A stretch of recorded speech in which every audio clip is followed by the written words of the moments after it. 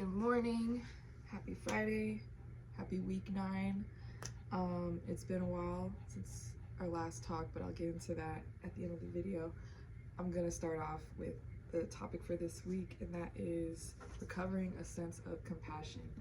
And it is one of her shorter chapters, but once again, very powerful because it dismantles a couple key words that we tend to use in our creative journey.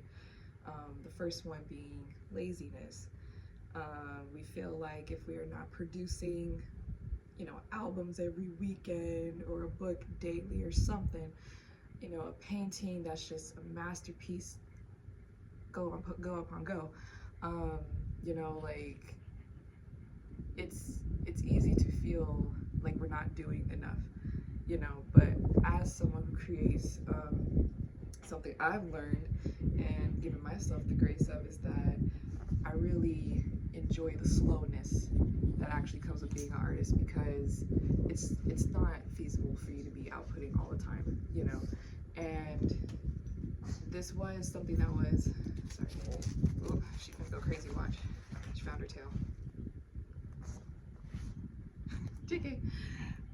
But no, with the theme recovering a sense of compassion, you need to have compassion for yourself and to recognize that, like, no, you're not being lazy. It could just be fear of starting a new project, fear of failing, fear of disappointing somebody, fear of disappointing yourself.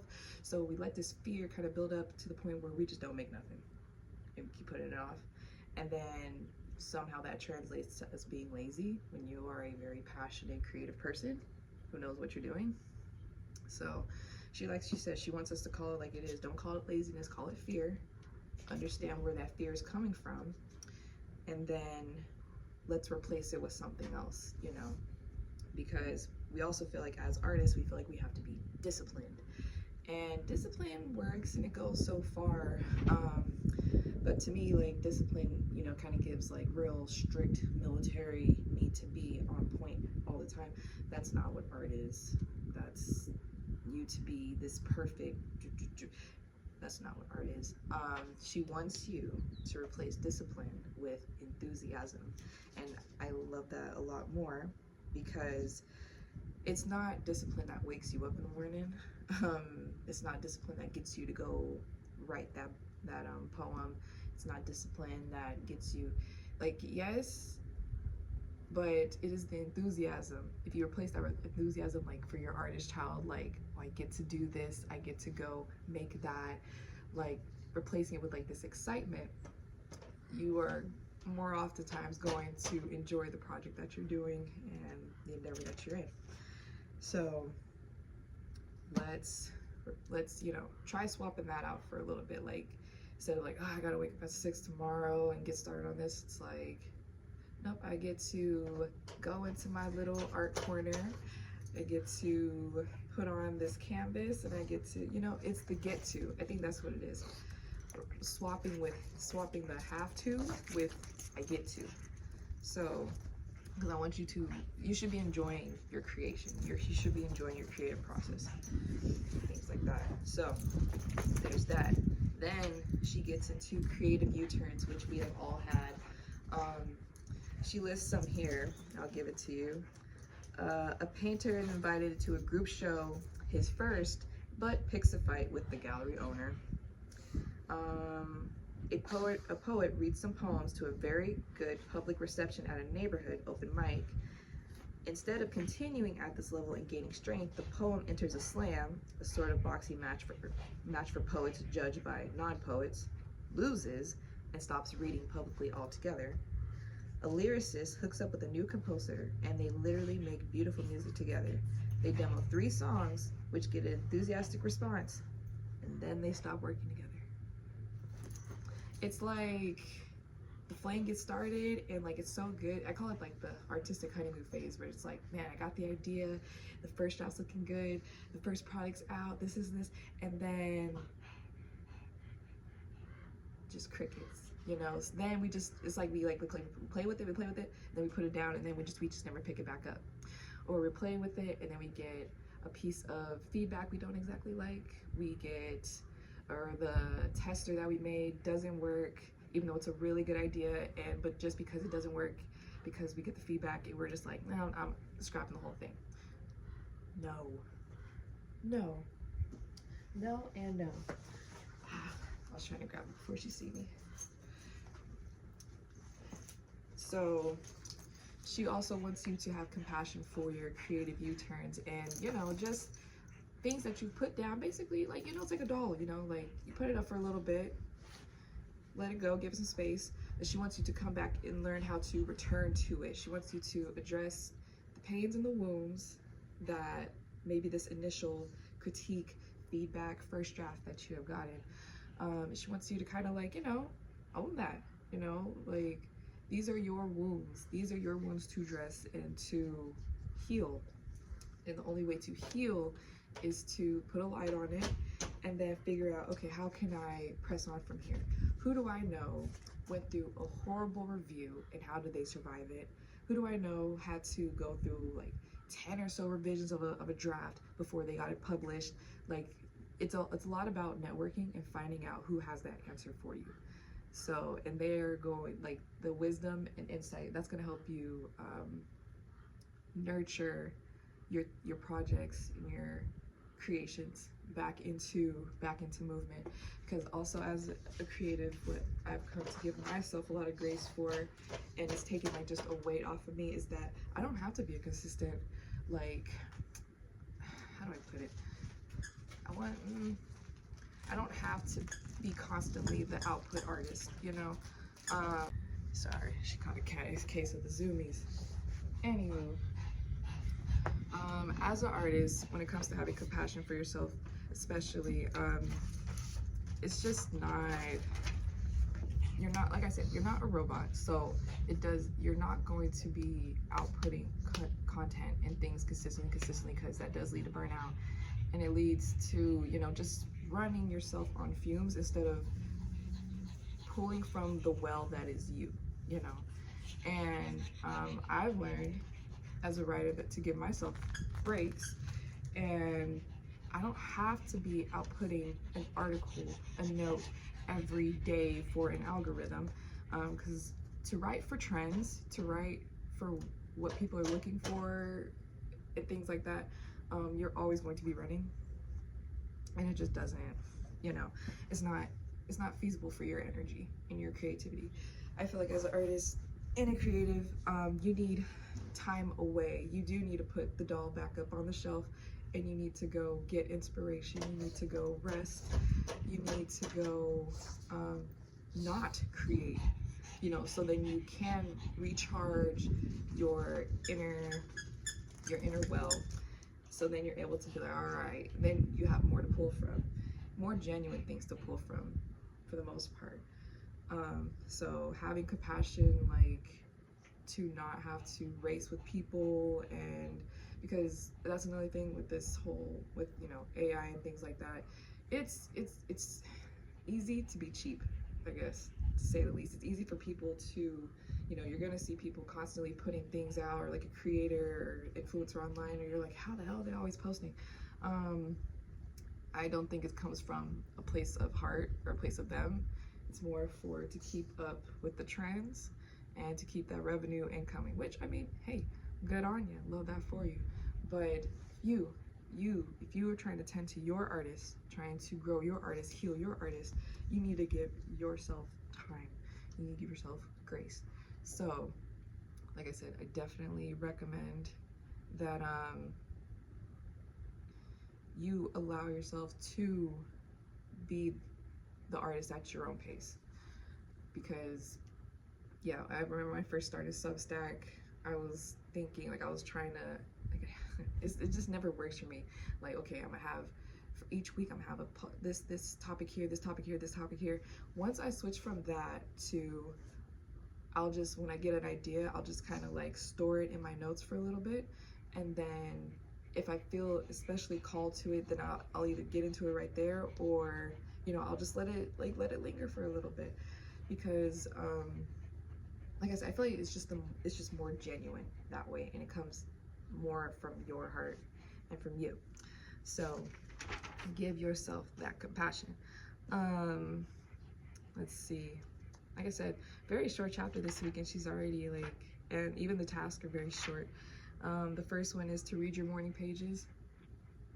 Haven't got it, and I really hate that, personally, because the morning pages do reveal a lot for you. You would think like, if I promise you, if there's like something that you don't think you have the answer to, it's because it's up here and you need to get it out here, you know. By like page 2 or 3, you will have your answer. So she wants you to check out your morning pages and see kind of what you have unearthed so far. 2 is to visualize. She said, so you are going to be naming your goals in the present tense, kind of like setting the scene. Like, instead of I will or I am going to, it's more like I have, I am, I'm this, I'm that. Like, see how your goals feel when you reword it in that type of tense, and then keep that form. 3 is priorities. List your creative goals for the year, list your creative goals for the month, for the week, for today. And then 4, back to the creative U-turns. She wants you to go back and just name them. Name the ones that got under your skin, the ones that, you know, abandoned, neglected, and it's like, it's okay, it's fine. But ignoring them, not fine. You bring it to the surface. It's you and you, between you and you, and just see which ones you would take an interest in reviving, maybe. See which ones, because oftentimes there are a lot of abandoned projects that still carry a lot of weight within us, that I've come to realize, like, okay, I'll get into it in a second. But yes, you need to list your creative U-turns and then see if there's a way to retrieve it and to mend it, and most times there are. So that is that for this week. We'll keep that part kind of short. Yes. So with giving yourself grace and compassion and things like that, this video is about 3 weeks later than, you know, the typical 1 week, but that's just because, you know, life happens, but then also the world is tremendously busy and heavy at this time, and I've also been really sick. I'm still kind of congested, but between that and the world, I get into these modes where I like to absorb the world and its feelings. And, you know, I just say, if you are in a space where you have this type of quiet, this type of peace, I do hope that you use it to create. I hope you use it to rest, and I hope you use it to recharge yourself so you can be strong and show up for others. Also during times like this where there is just a lot of heavy and greed and ugly and things like that, I tend to resort into self. It's just what I know best. But if you have someone that you could talk to about things like that, I think we do need to get more conversations going with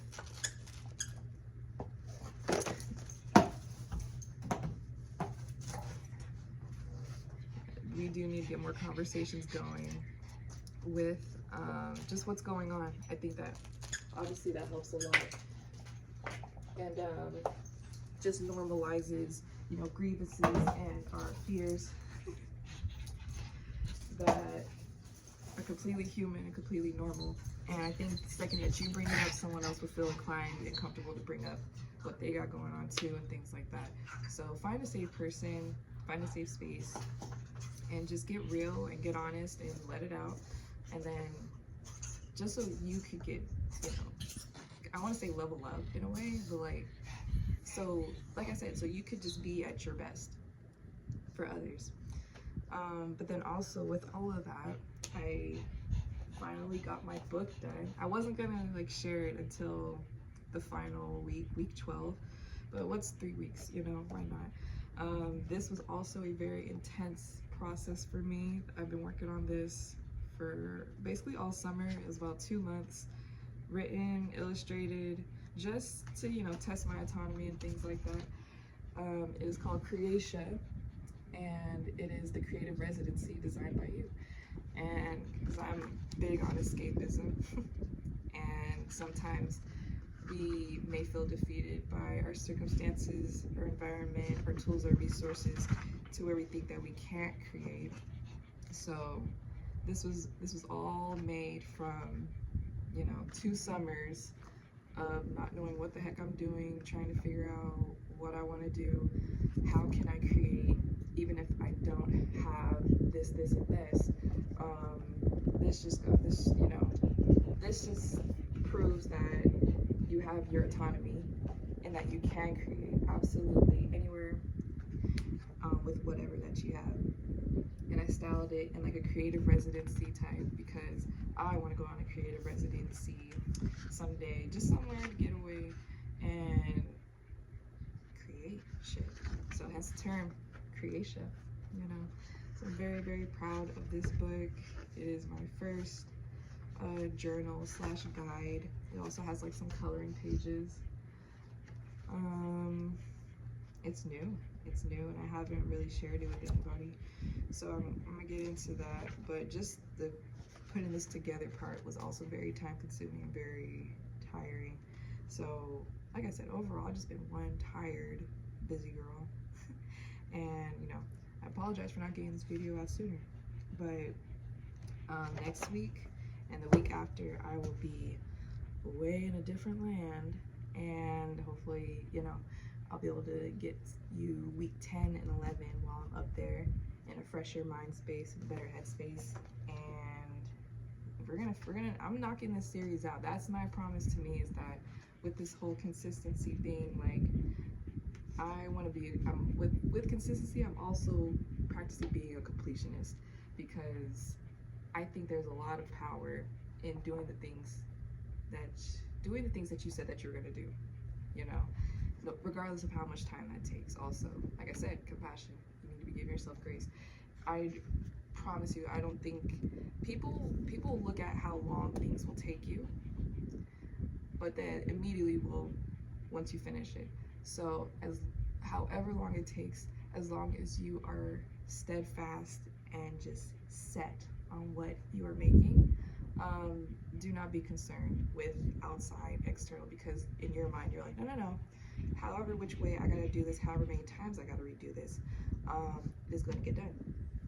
And there's a lot of power in that, in your autonomy, in your agency. And like I said, with this book, I do pray that it renews a sense of autonomy in creatives and artists and things like that, because I think with this rise of AI and just a lot of billionaires, whatever, they have no issue with the jobs they're kind of taking and replacing in a way. But then I kind of see it as like, okay, well then here's what I can do. Here, compared to your computer, here's what I can do. So I need you to do the same thing. I want you to tap into what you can do, your autonomy, your agency, your unique selling points. And I want you to look at AI and be like, okay, because what can a computer do that you can't? You feel me? I think this is a very special time for people to get specialized, for people to get very like, here's my niches, here are my tools, my assets, and you can't get them in a package bundle. You can't get them anywhere else but here. So I want you to look into that too. Please add that to your task. All of the ways that you are wonderful and creative, and your talents and skills, because I believe over the next, with this, change in technology and this coming of age of all these new different markets and people saying the world's ending, yes, this world is ending. Now it's time for you to create your world. Now it's time for you to create your path in this next phase. How exciting. I just see it as a game. It's like, okay, the old systems have collapsed, old traditional frameworks, the traditional pathway, the checklist that they've given you to say this is how you're going to get a job and this is how you're going to make a living. This, scrap it. It's on you now. It is absolutely up to you and what you want to put out in this world. And I think this rise of AI has also empowered and emboldened a lot of creatives to be like, no, let me show you what I have, you know, like to really like put yourself out there and be like, it's not even competing with like other people. It's you against you. It's like, how are you going to set the stage for you? So yeah, man. That's all I got. That's all I got. I'm a little sleepy. I'm gonna go stretch this out. Got a weekend ahead of me, and then I'm packing, and then I'm on my way. And I do pray, like I said, that you give yourself grace and compassion, and that you revisit passions that you once loved, and figure out what you could bring into this quarter three, quarter four with you. See what you could cook up, please. The world needs it. Oh, TT. The world needs your creativity. So that's that. I'm gonna play with my girl. Have a beautiful weekend, beautiful blessed weekend, and I will talk to you in the next video.